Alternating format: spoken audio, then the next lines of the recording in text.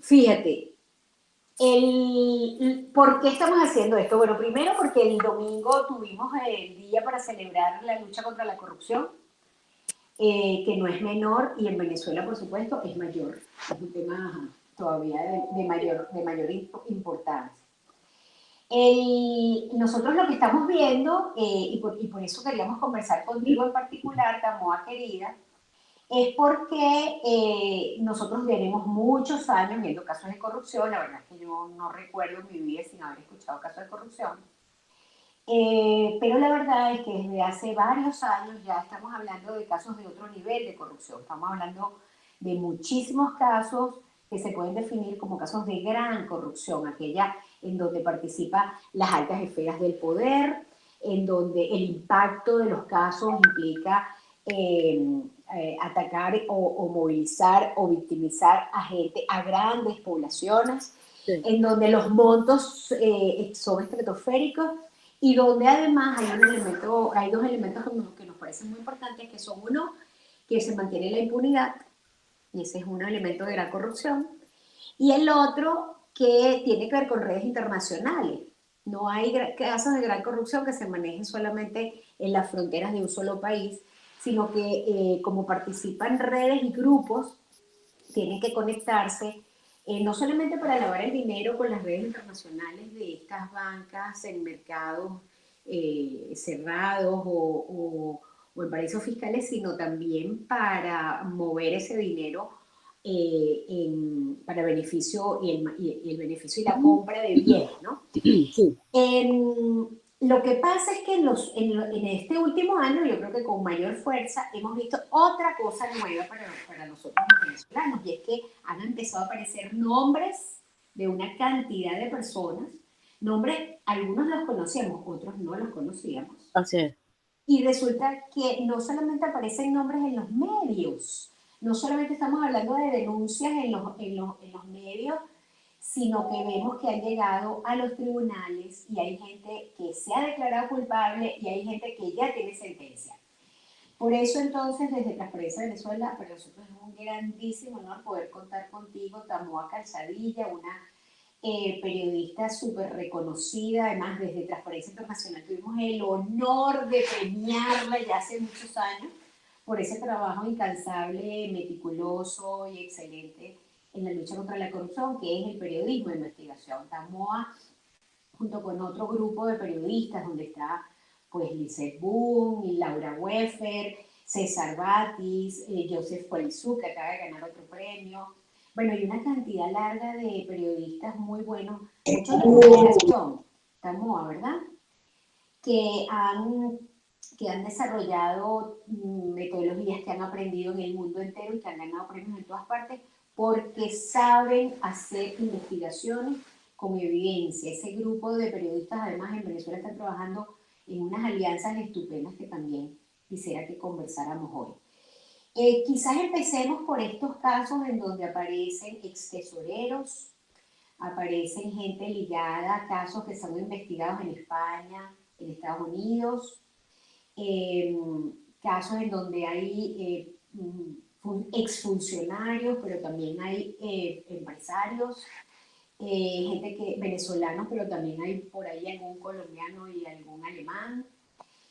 ¿Con qué caso queremos empezar? Quizás con este de Andrade, en el que estuviste, además estuviste ahí presente en la corte de Florida, escuchándolos y viéndolos. Cuéntanos esa relación, esos casos, por dónde empezamos para entender qué es lo que se robaron, de qué se le está acusando, Tamoa. No te escucho, no te escucho.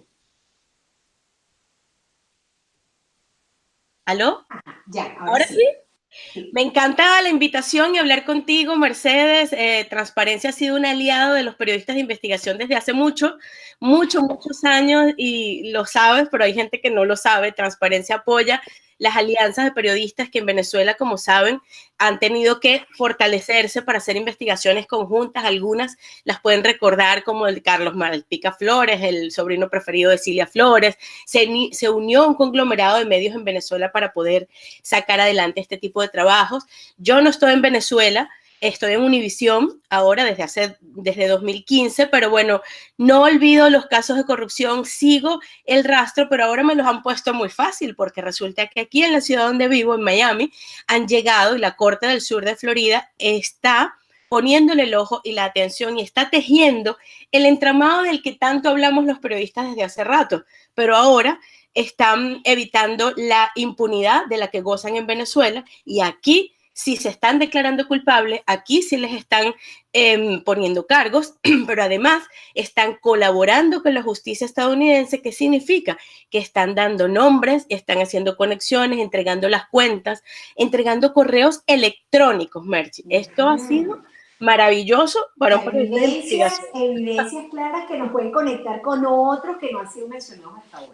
Exactamente. Y conectar creo que es la palabra clave en este caso. Tú me preguntabas, ¿qué está pasando ahora?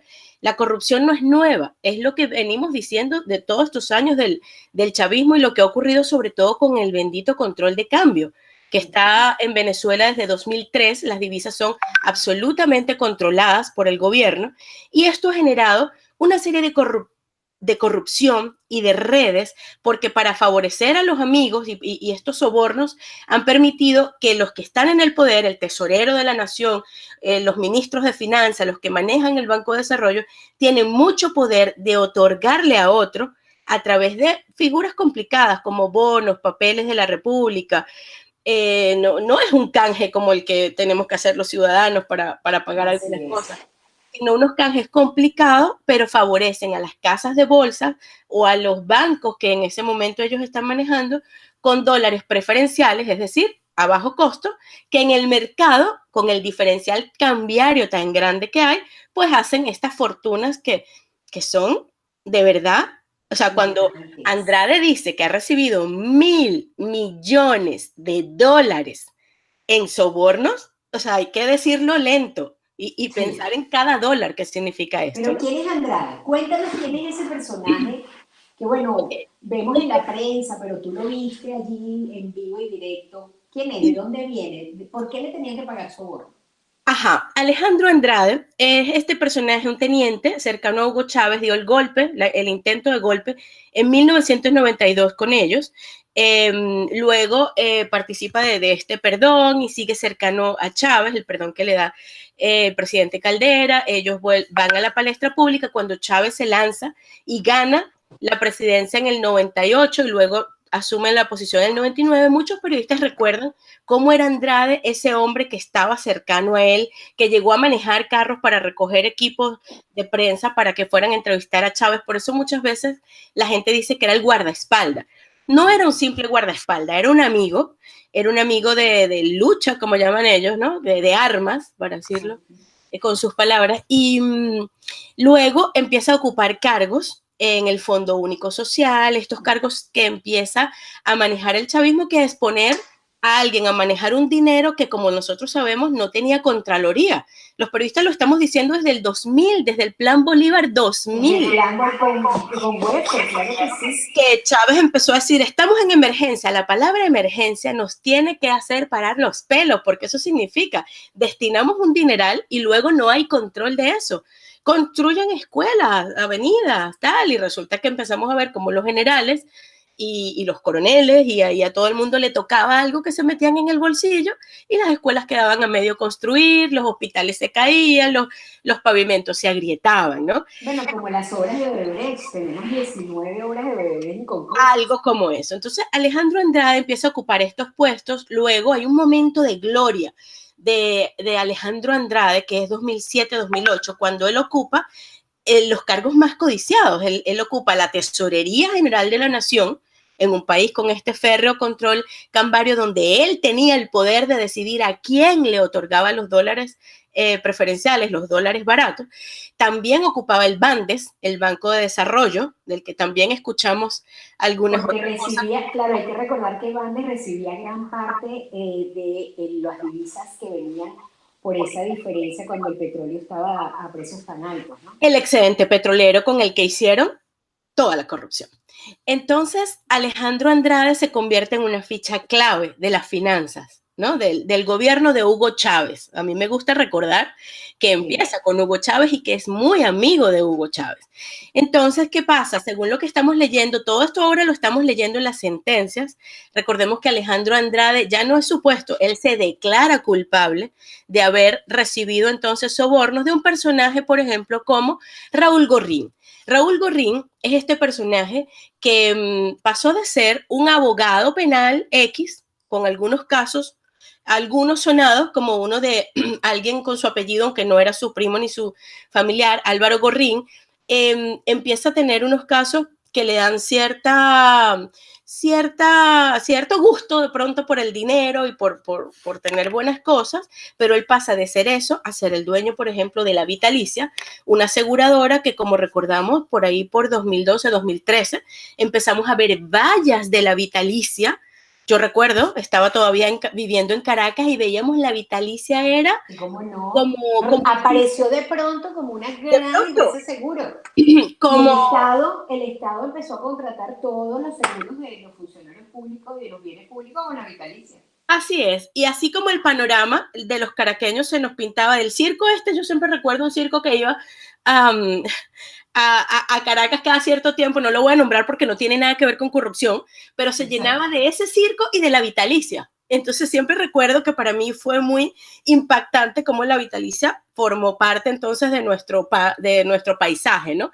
Luego la empezamos a ver en cuñas y de repente, ¡suas!, nos enteramos que en 2013, primer trimestre de 2013, entre primero y segundo, compran Globovisión. ¿Qué significó para los periodistas, además, que comprara Globovisión? Que se había inscrito entonces esto en una operación que buscaba acallar a los medios a través de comprarlos.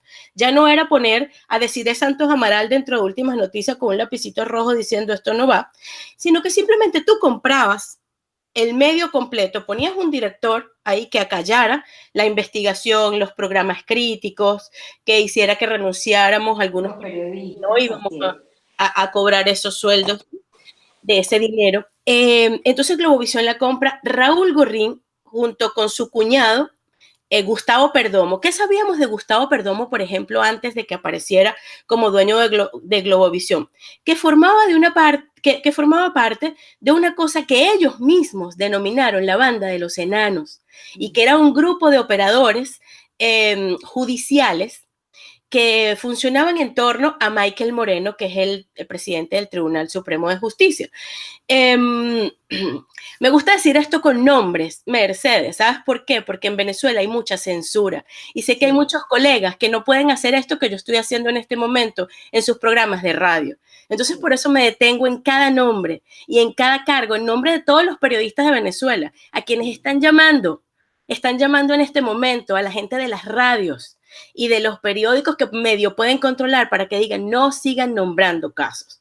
Y por eso me gusta apoyar en trabajos de investigación a gente como Lisette Boone, que tú la acabas de nombrar en Runrunes, a César Batis en El Pitazo y a todos los que están haciendo estas cosas, porque la censura es muy grande. Y de verdad programas como este que nosotros estamos haciendo, no los vas a ver en ningún canal de televisión. No los vas a ver en ninguna parte. No, porque no se pueden nombrar a estos personajes. Tienen consecuencias para el medio y para la persona que vaya. Así es. Tenemos colegas como Alonso Moleiro que le acaban de cerrar su programa. Entonces, bueno, aprovecho. Pero mira, tenemos entonces a Andrade vinculado con Gorrín. Pero Andrade tiene una sentencia firme y ha mencionado, bueno, tú estuviste en la corte, yo quiero que me cuentes. Ajá. Quiero que me cuentes qué significa. Primero, ¿qué dijo ese señor? Mira. Porque no solo se declaró culpable él, también se declaró culpable otras personas. Entonces, pero Andrade, viéndolo allí, estaba serio, estaba asustado, le declararon 10 años de prisión. Sí, te cuento cuando llegué, mi impresión en esa corte queda en Palm Beach, que es más o menos como a hora y media de Miami, ¿no? Okay. La sala era pequeña, son como 4 bancos a cada lado, ¿no? Es muy imponente porque la jueza se sienta muy al fondo y hay un largo pasillo y delante de ella, como en las películas, está enfrente de la jueza. O sea, si tú te pones enfrente de la jueza, a tu mano derecha están los fiscales, quienes lo van a acusar, y a tu mano izquierda está el acusado, en este caso estaba Alejandro Andrade, con su con su bufete de abogados, un bufete de abogados muy importante de Miami. En el banco de atrás, exactamente. En el banco de atrás los dejan destinados a los investigadores, puede haber gente del FBI o de la DEA, según sea el caso, y en el banco detrás del acusado está el apoyo al bufete, están otros abogados, y el el segundo está su familia. Y en otras partes podemos sentarnos los periodistas y público en general. Se me tocó llegar, me senté en un banco dos pasos para atrás, pero diagonal, de manera que pude verlo todo el tiempo. No estaba esposado, no estaba vestido con la braga de preso, con la que sí vi a Matías Krul, eso también se los puedo contar, hace 3 meses. Él estaba vestido bueno, como lo hemos visto en pocas fotos, con un blazer azul marino, un pantalón khaki, unos mocasines. No tenía ni un reloj, me llamó la atención porque le decomisaron 35 por el orden de los $70,000 y en efecto no tenía ni uno puesto.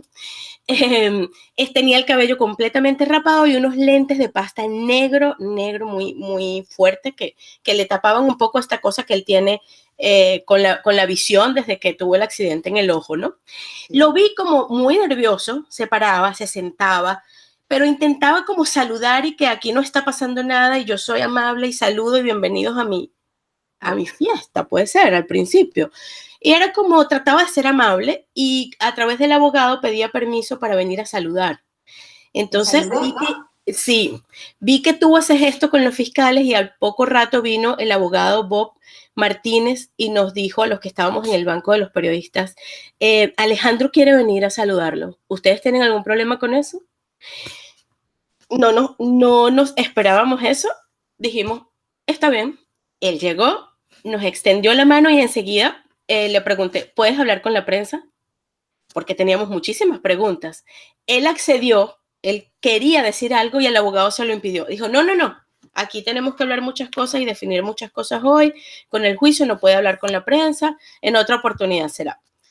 Y se retiró. Todo el tiempo se estaba rascando la cabeza con las 2 manos, se llevaba las manos a la cara, se paraba. Después, cuando tuvo que estar sentado porque llegó la jueza, se movía todo el tiempo las manos, se frotaba los labios y los nudillos como en este gesto, y de pronto tiene algo que decir y él se para con un papel y en español, él tuvo todo el tiempo traductores, tuvo comunicación por sus oídos, y se para frente a la jueza en un micrófono que estaba preparado allí y lee una carta donde dice, quiero pedir perdón, su señoría, por lo que yo he hecho. Quiero pedir perdón a mi familia, a mis amigos, a los que se han visto afectados. Lo dijo varias veces, quiero pedir perdón por estas cosas que pudieron afectar a mi familia. En ningún momento dijo que pudieron afectar a mi país, cosa que llamó la atención y que algunos reflejamos, ¿no? Dice que está dispuesto a colaborar. Allí explicó que está colaborando desde 2014. Desde 2014. Quiere decir que él viene a Estados Unidos, y ahí lo explicó, con un parol, que es un permiso especial que le da a Estados Unidos y lo invita acá a su territorio, y desde entonces él está colaborando con la justicia estadounidense en temas de todo tipo, según dijo su abogado. El abogado pasó por narcotráfico, corrupción y otros temas. Ah, sí, narcotráfico. No había caído en lo de narcotráfico también. Nosotros tampoco, y en el momento en que él lo dijo, dijimos, ah, caramba. Entonces, él está aportando información desde entonces. Yo estuve buscando y recordé aquel caso de María de los Ángeles González Hernández. Ahora no recuerdo si está invertido su apellido. Ella era una funcionaria del Bandes que agarraron en 2013 en Nueva York y también colaboró con la justicia. En ese momento se decía que una buena fuente dentro del Bandes había contado lo que ella estaba haciendo. También era grave ya era grave. Eso es lo que yo supongo. Entonces, él viene en esta conexión y operando con los Estados Unidos, y en 2014 se muda con su familia, y en esa carta que él lee delante de la jueza dice, no me arrepiento en ningún momento de haber tomado esta decisión y de haber venido a este país, que se ha portado muy bien conmigo. La justicia me ha tratado maravillosamente, dice. Y yo no me arrepiento de haber hecho lo que hice. En algún momento se sabrá cómo yo todos estos 10 años he estado ayudando a Venezuela. Eso nos dejó a todos un poco... Eso es una entrevista que le tendrás que hacer en algún momento. Así es, no se Porque dejó... la verdad es que para nosotros era muy duro saber que él tenía aras de caballos, Así es. vivía en una casa con todo lujo en Estados Unidos, cuando uno esperaba justicia con más prontitud. Sí. Y la verdad es un poco como extraño todo ese tema de la delación premiada, donde la gente vive con lujo, porque bueno, es como pago por dar más información, ¿no? Por cierto que hay varios trabajos que hemos hecho en Univisión por si se les despierta curiosidad por todo este tema. Hay uno que dice, estos son los lujosos bienes que le incautaron en Estados Unidos a Alejandro Andrade. Y justamente están 17 caballos, 35 relojes, 5 viviendas. Tienes otro trabajo que me encantó, Tamoa, que de Univisión, por supuesto, en el que haces referencia a quiénes eran todos esos personajes que están saliendo. Sí, se los recomiendo también. Es el quién es quién de todo este entramado y cómo así es como la justicia estadounidense está tejiendo la trama de corrupción de los venezolanos. Todo eso lo pueden buscar en Google y más tarde yo los voy a poner todos en mi Twitter, mi cuenta es @tamoac, para que vayan, voy a hacer un hilo con todos esos trabajos porque es bueno, hicimos con fotos y con cómo se van relacionando todos estos personajes. Y ¿cómo se relacionan estos personajes? Cuéntanos aquí, lo vamos a leer por supuesto cuando nos mandes ese hilo, pero ¿cómo se relacionan todos estos casos con los que están en Estados Unidos, con los que están en España? ¿Y cómo se relaciona con los papeles de Panamá? Un trabajo en el que tú también participaste ya hace varios años también.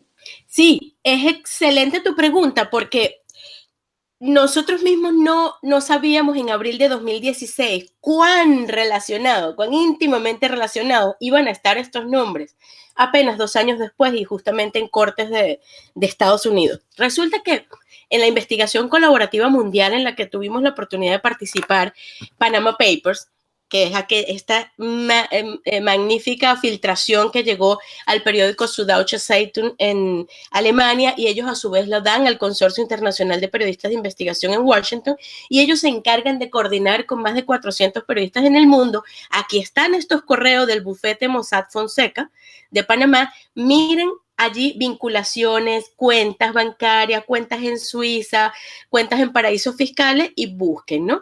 A mí me tocó entonces en aquel momento trabajar con Alfredo Mesa de Armando Info, otro portal que se dedica muy fuerte y muy bien a la investigación. Me tocó con Alfredo entonces investigar a Claudia Patricia Díaz Guillén, que pero ella fue jefe de enfermeras de Hugo Chávez y luego Hugo Chávez la mete en la tesorería cuando Andrade todavía está allí. Ella entra a tesorería y está en un cargo menor. Cuando Andrade sale, ponen a otro, ahora no recuerdo su nombre, por unos meses y dicen que a petición del propio Gorrín, para que siguiera el negocio que estaban haciendo, él sugiere entonces que pongan a Claudia Patricia, que es pieza ya digamos, trabajada por ellos, arriba en la tesorería. Chávez hace caso y la nombra entre 2011 y 2013 la tesorera nacional de la nación. Es decir, que tenemos a Andrade primero de tesorero, después a Claudia Patricia, y no hay que olvidar que luego vino Eric Malpica Flores, un personaje que nombraste al principio de nuestra conversación. Carlos Eric Malpica Flores, y nos estamos dando cuenta. Gran cargo, ¿no? Es un gran cargo en el que se maneja. Es el cargo, claro, el cargo más preciado del chavismo. Es con el que Chávez le pagó, y ahora Maduro y Cilia pone o le paga a sus grandes afectos, a sus grandes aliados, a su gente de confianza, y ya vemos lo que hicieron con eso, ¿no? Carlos Eric Malpica Flores es este personaje que gracias a esta alianza de medios pudimos conocer incluso su fotografía. Era un funcionario público de esta importancia y los venezolanos no conocían ni siquiera su fotografía. Los así invito es. a verlo y a googlearlo, Carlos Eric Malpica Flores, y se conoció por su Por foto. cierto, no se sabe nada de él últimamente, pero bueno, no sabemos si va a tener el mismo destino que Andrade y que Claudia, pero hay que recordar ahora, tenemos un nuevo tesorero, no sabemos cuáles más han habido, pero ahorita está un hijo de Meréndez en la tesorería. Entonces el Rainer Alejandro, Esperaremos unos años, ¿no? Para ver lo que hizo. esperaremos unos años a Ajá. ver, sí. Pero quería terminar la idea de Panama Papers, porque entonces Sí. Claudia Patricia Díaz Guillén está casada con Adrián José Velázquez Figueroa, que es a quien llaman los militares, ambos son militares, los militares le llaman el Guarapiche, porque nació en el río Guarapiche en el estado Monaga, cerca, ¿no? Entonces por eso se conoce como el caso de los Guarapiches en Venezuela, ¿no? Acá se conoce como, también le llaman el escolta de Chávez, porque él fue jefe de seguridad del Palacio de Miraflores cuando Chávez estaba en el poder, por allí por 2012. Ella sale de los cargos públicos y él comienza, que fue lo que descubrimos en Panama Papers, y él comienza a comprar empresas. En total tiene por lo menos 9 empresas, que creo Wow. una de ellas en Venezuela, MJ Tool, Box Tool, que junto con su hermano, Josmel José Velázquez Figueroa, pues recibían contratos de PDVSA. Josmel tenía un gran cargo en PDVSA como gerente, su hermano era el esposo de la tesorera, pues el negocio estaba redondo, Redondito. redondo. Y de repente estos señores aparecen con una cuenta en la banca suiza porque tenemos los papeles y los invito también a revisar en los papeles de Panamá hicimos ese trabajo. Hay un video que se llama Así blindaron su fortuna la ex tesorera de Chávez y su esposo, algo así se llama, Panama Papers. Y vemos la carta de la banca suiza donde dice, sí, este señor es cliente nuestro.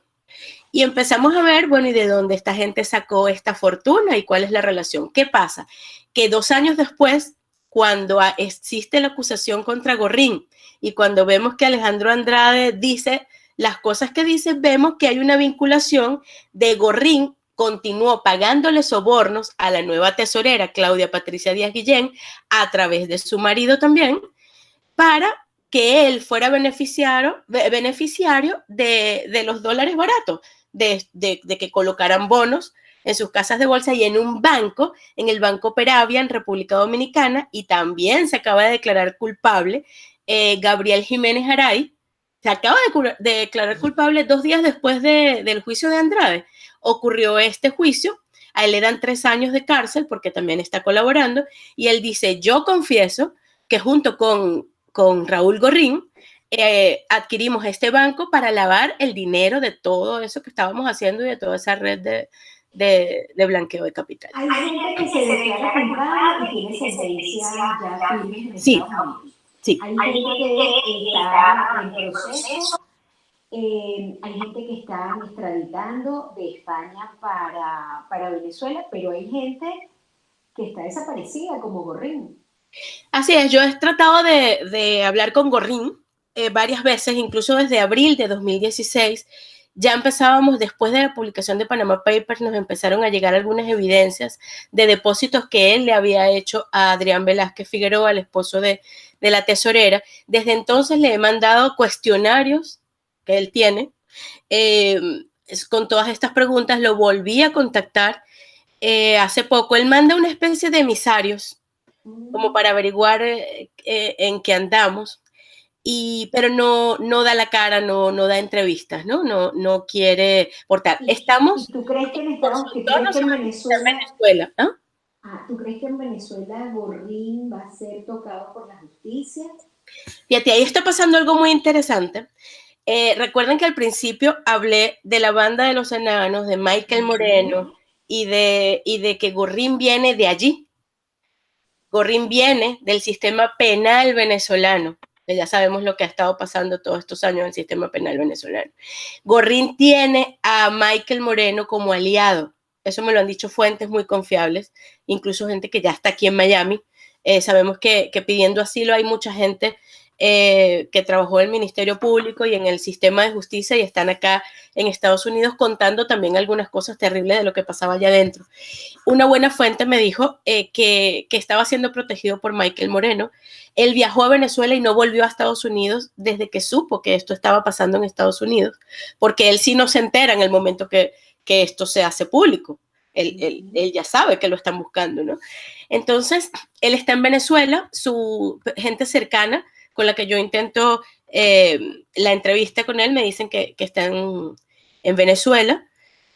Y el fiscal impuesto por la Asamblea Nacional Constituyente, Tarek William Saab, ha emprendido una especie de cruzada contra la corrupción, contra algunos personajes ligados al chavismo, ¿verdad?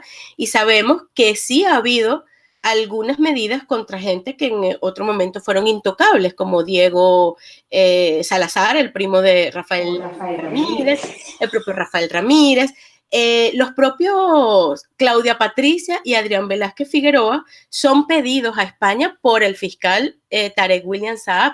Pero hay mucha gente que piensa que esa extradición es un premio para la enfermera y el esposo. Bueno, yo no sé qué tanto, porque la enfermera y su esposo están haciendo lo imposible y sus abogados están haciendo lo imposible por demostrar en España que ellos son perseguidos políticos y que no pueden ser traídos a Venezuela. Llevados, perdón, yo estoy en Miami, que no pueden ser llevados a Venezuela, que van a ser torturados, que los van a agredir, que ellos son unos perseguidos, y la Audiencia Nacional Española les acaba de responder por separados, en juicios separados: ustedes no son perseguidos políticos porque ustedes no son opositores.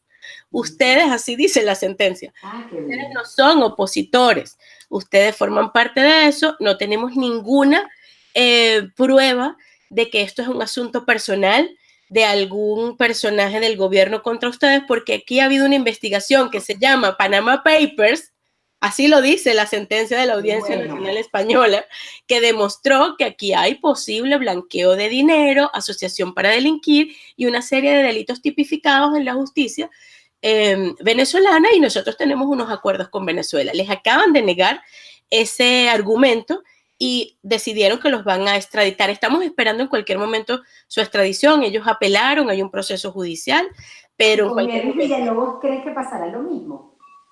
Bueno, sí, yo creo que es más o menos lo mismo. Ellos es el caso que está radicado en Houston, Texas. Hay 4 detenidos. Hace un par de días se declara culpable también otra persona de como un cargo como menor en PDVSA, creo que es apellido Gavana, si no me equivoco. Empiezan a declararse culpables y empiezan a admitir culpas porque se dan cuenta que con la justicia en Estados Unidos les vale más decir, sí, yo fui y les voy a contar cómo fue, y reducen la pena. Muchos salen en un par de años o 3 años y hasta menos y siguen colaborando, ¿no? Creo que va a pasar con todos los que Estados Unidos siga tejiendo trama. Creo que falta mucho. Andrade se comprometió en ese juicio a colaborar más y sus abogados dicen que ellos quieren reducir esos 10 años aún más. Ya está reducida a 10 años. Sí, pero... bueno, tú sabes que a nivel internacional hay toda una discusión acerca de la validez en los términos de justicia de esto que se llama delación premiada o colaboración eficaz, que es que la reducción de penas si das información, pero la verdad que lo que estamos viendo en el mundo, y eso pues también el caso de Brecht lo muestra, es que si no hay información por parte de los responsables que ya se han evidenciado, pues no se llega a más información. Entonces, por ahora parece, aunque en términos de justicia hay veces que uno quisiera verlo como un castigo un poco mayor. La otra preocupación es que no hay experiencias muy positivas en eso de la recuperación de activos. Entonces, así es. No, eso de los 17 relojes y los 37 relojes y los 17 caballos y no sé cuántas casas, pues no sabemos qué va a pasar. Pero ya nos han dicho que hay poca fe de que se devuelvan a Venezuela. Sí, no van a devolverlo porque además Estados Unidos y hay una conciencia cada vez mayor de que se trata de una cleptocracia, sí, como ellos lo han denominado. Pero no solamente para Venezuela, la mala noticia es que no solamente que en este momento ningún país quiere regresar dinero a un gobierno que lo maneja con absoluta opacidad, pues ahora ni siquiera publican el presupuesto, tú sabes, Camoa. Sí, Sino que hay malas experiencias también, por ejemplo, en el caso de recursos gigantescos que se congelaron o se le quitaron a narcotraficantes colombianos hace años. es cierto. También los penalistas con los que hemos consultado nos han dicho que no hay buenas noticias en ese sentido, con lo cual, si en algún momento hay un gobierno que quiera reinstitucionalizar el país y avanzar en un proceso transparente, anticorrupción y desarrollo y progreso, no deberíamos contar con ese dinero. Pero ahí Pero hay una... nos quedan 5.000. Ajá, Perdón, perdón, que te iba a decir solamente un dato. Hay unos senadores republicanos que han estado impulsando y trabajando en algún tipo de ley, pero ponen como condición que ya no está el gobierno de Maduro y que existe un gobierno democrático al que sí pueda devolvérsele el dinero de la corrupción en Venezuela. Entonces, bueno, vamos a esperemos. ver. Según los penalistas es muy difícil, a lo mejor como senadores tienen unos cargos también muy políticos, ¿verdad? Pero yo, fíjate, tenemos una lista de casos cada vez más interesantes. El Money Fly, o la fuga de Ajá, dinero, ahí está personajes además que a lo mejor a ellos no se les conoce, pero sus apellidos son de personas que uno valora mucho, como Convit, por ejemplo, sí, y resulta que este joven aparece denunciado en un caso espantoso, sí, con una declaración horrible en el que participan hasta armas arriba de la mesa sí, y muchas personas, un caso que suma en una sola operación o en muy pocas operaciones 1.200 millones de dólares en ganancia. exactamente. Ujú. Eh, por supuesto, todo, como tú bien habías dicho al principio, eh, todos los casos tienen que ver o con PDVSA directamente o con el aprovechamiento del control de cambio, ¿no? O del manejo Exactamente. del cambio diferencial. Ajá, Ahí está entonces Money Laundering, está el caso de Nervis Villalobos y ajá. la Pero banca de ya va, Andorra. antes de que pases a Nervis, te Sí, quería comentar que el caso de Operación Money Flight ha Money sido Flight. catalogado por conocedores que no, con quienes hemos hablado como el caso de corrupción, de lavado de dinero más grande de la historia del sur de la Florida. Dios. Sí, bueno, eso los puedo garantizar porque cada vez que mis compañeros de América Latina hablan de transparencia internacional en Ajá. América Latina, nos mencionan casos. La verdad es que comparado con los montos que se hablan en Venezuela, es que estamos hablando de una destrucción del aparato, pero de una confiscación de una cantidad de bienes tan grosera que explican la crisis que tenemos en el país. Cuéntanos, mira, en el caso de Nervis, otro caso que también hemos seguido con mucha atención, este señor, este caso, además es como de novela también, todos los casos son de novela. Este Todo. caso comienza, es de acuerdo a la información que sale de los tribunales y de la Fiscalía de España y también de las solicitudes de extradición de la Fiscalía venezolana, comienza con una propina con la banca internacional, los controles de las bancas prenden las luces rojas cuando ven que hay una propina de 99.980 euros entregada a un empleado de un hotel en París. Eso es el inicio de una novela perfecta. O sea, Pero eso ocurrió hace años, eso ocurrió hace 10 años. Y es ahora cuando la justicia española entonces tiene a este señor detenido, al principio lo habían detenido, lo soltaron, nosotros dijimos, bueno, ¿y entonces qué pasó? No, no, volvieron a abrir el caso y ahora sí con mucha fuerza y le han congelado, como decimos, pues 60 casas, 115 inmuebles, 115, es una barbaridad. 115 inmuebles. Además que en España las cosas son en euros y nada cuesta menos de 500.000 euros. Así que estamos hablando también de montos gigantescos, además de los 4.200 euros que le congelaron en las cuentas de los bancos del Banco de Andorra. Sí. Entonces, este es un personaje que es un caso en el que está señalado, pues otro personaje que mencionaste hace rato, que es el primo de Ramírez, ¿no? El Eh, señor Salazar. Diego Salazar Carreño. Ujú. Diego Salazar Carreño, pero también hay una larga lista de personajes involucrados. ¿Cuándo vamos a ver justicia en Venezuela para esas personas? ¿Cómo va ese caso? Yo creo que es lo que hablábamos un poco antes de esta cruzada anticorrupción de Tarek William Saab y sus propios intereses, ¿no? Que ha metido presos a algunos, pero a otros no.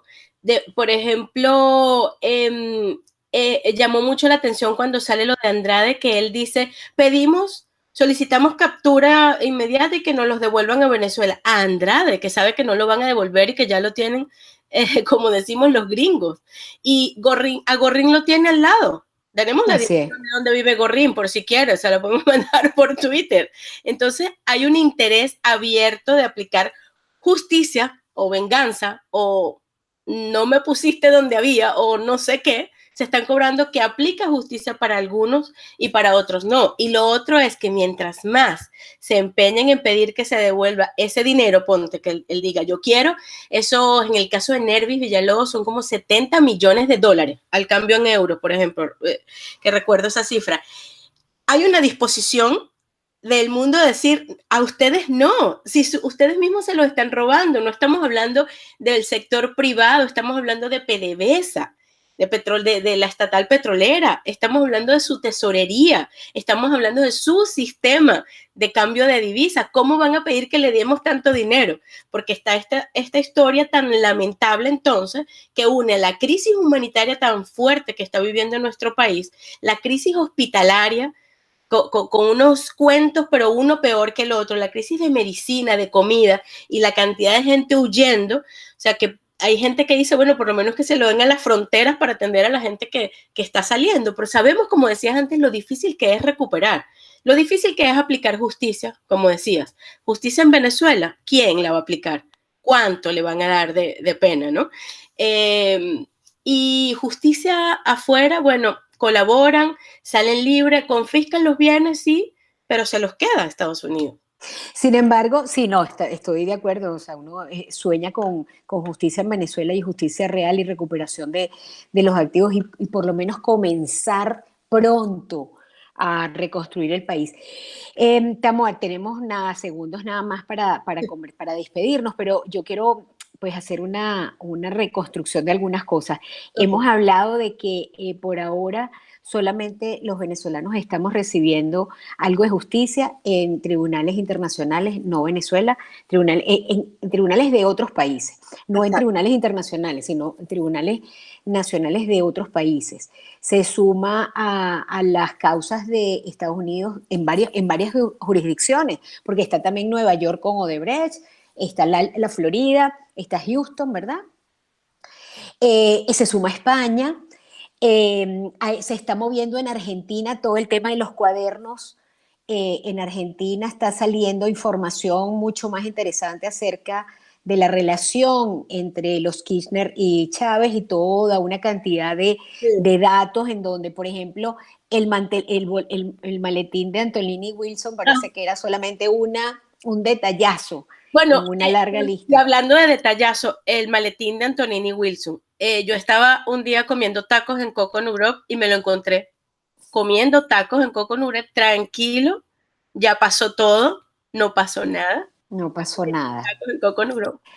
Sí, bueno, vamos a ver qué pasa en Argentina. Entonces, esta justicia internacional, tenemos que seguir teniendo esperanzas de la justicia afuera todavía, pero también lo que, para terminar, quiero como hacer un comentario en donde vemos que la corrupción está unida, obviamente, al lavado de dinero, porque para poder usar el dinero de la corrupción hay que legalizarlo de alguna manera para poder comprar de verdad cosas y usarlo. Entonces, es lavado de dinero y por allí es que los países están más preocupados, pero también hay vínculos con el narcotráfico y hay en un artículo, en uno de los trabajos que tú nos vas a mandar ahora por Twitter, mencionas una relación de estos personajes con los sobrinos.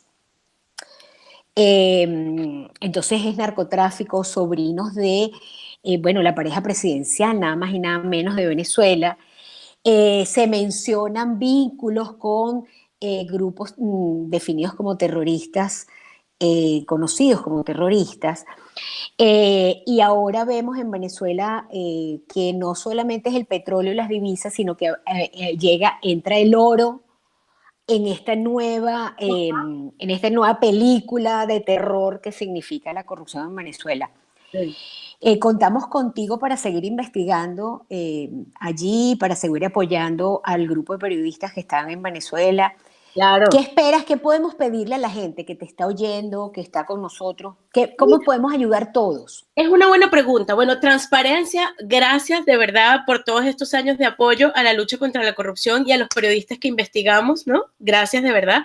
A la gente común, mira, les recuerdo, los periodistas de investigación sabemos proteger las fuentes, sabemos guardar sus identidades. Los que nos interesan son los documentos, las conexiones, lo que vieron, un video, foto, alguna conexión, un vecino. Muchas veces nos enteramos de cosas, incluso en Panama Papers, cuando hacían los allanamientos a la casa de Claudia Patricia, nos mandaban los videos los vecinos. Les agradecemos mucho, o alguna persona que iba pasando, alguien que se entere de algo, nosotros no vamos a revelar nombres ni cédulas, ni va a haber manera de saber quiénes son si ustedes no quieren. Hay gente muy arriesgada y dice, no importa, di que yo te lo dije. Pero si no quieren, nosotros tenemos manera de protegerlo. Lo que nos interesa es hacer las conexiones, revelar las cosas que otros quieren esconder, ¿no?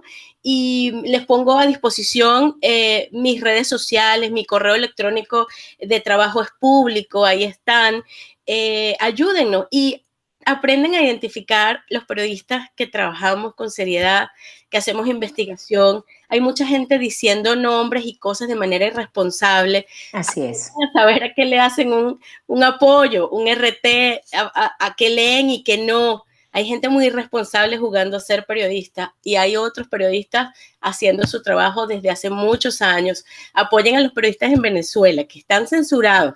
Apoyen, cuando vean que hay algo que está siendo censurado, a eso le dan RT. Apoyen las alianzas de los periodistas cuando vean que hacen un trabajo juntos. Armando, El Pitazo, Runrunes, todos los portales serios que han sido opacados. Efecto Cocuyo, sí, Todos estos todo. portales de mis amigos y compañeros que tienen muchos años trabajando, denle RT, recomiéndenlo, prefiéranlo a algunos impostores del periodismo que andan dando nombres y haciendo cosas por allí que no es lo que es, ¿no? Y de esa manera nos van a apoyar y el periodismo tiene que existir siempre de la mano de las sociedades que quieren esto, que se acabe la impunidad, que esta gente que hizo lo que hizo con Venezuela y que son responsables del hambre y de lo que a Venezuela le está pasando en este momento, no se queden impunes, que tengamos respuestas y que tengamos entonces razones para seguir investigando, para seguir luchando y nada, seguimos. Esto es una coma, seguimos. Muy bien, esto es una coma, no es un punto, no señora, es muy bien. Muchísimas gracias, Tamoa, contamos contigo, vamos a seguir conversando contigo muy pronto porque tú vas a seguir sacando información sobre las investigaciones. En la medida en que tengas más información, pues te seguiremos molestando. Todo lo que pueda, todo lo que quieran y sigan Univisión Noticias, mis cuentas. Ahora voy a poner entonces los hilos de las principales investigaciones para que no se pierdan en este internado. Muchísimas gracias. Un abrazo. Gracias. Y gracias a todos por escucharnos. Gracias.